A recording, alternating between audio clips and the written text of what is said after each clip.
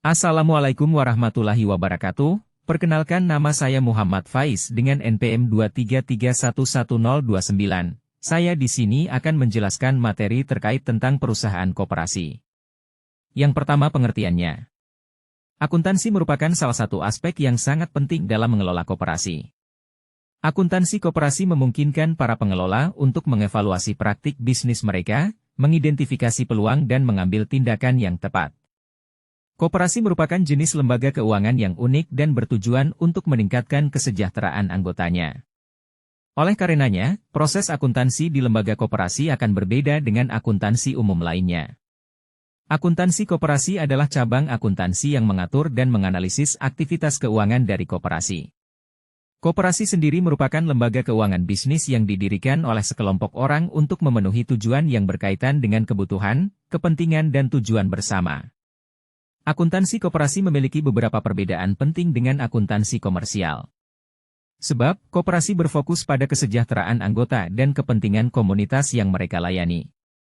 Sebagai gantinya, akuntansi koperasi melaporkan laba bersih yang disimpan untuk anggota koperasi.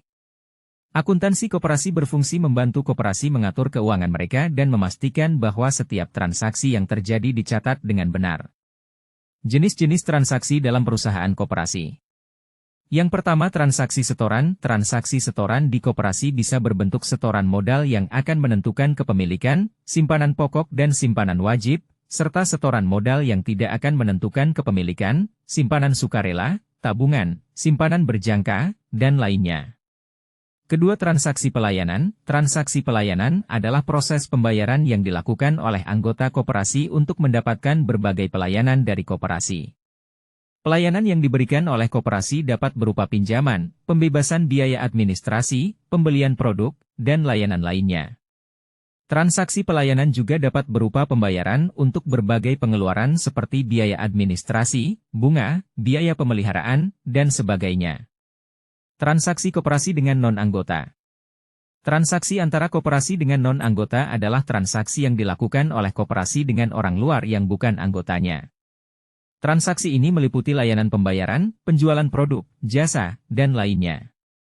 Terakhir, transaksi khusus. Transaksi khusus pada koperasi adalah sebuah proses yang dapat membantu anggota koperasi mengatur keuangan dan pembayaran.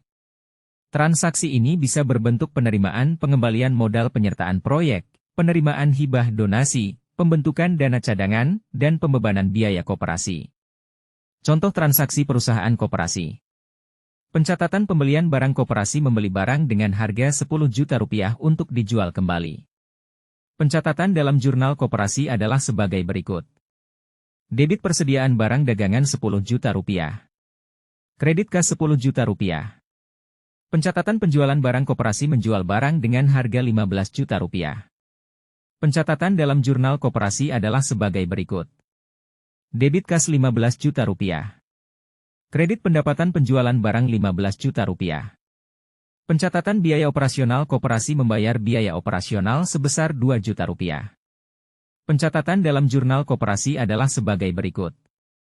Debit biaya operasional Rp2 juta. Kredit kas Rp2 juta. Pencatatan pembayaran pinjaman koperasi membayar cicilan pinjaman sebesar Rp500.000. Pencatatan dalam jurnal koperasi adalah sebagai berikut. Debit bunga pinjaman Rp100.000. Debit pinjaman Rp400.000. Kredit kas Rp500.000.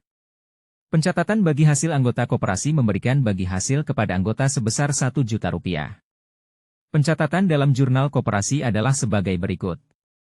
Debit beban bagi hasil anggota Rp1 juta. Kredit simpanan anggota Rp1 juta.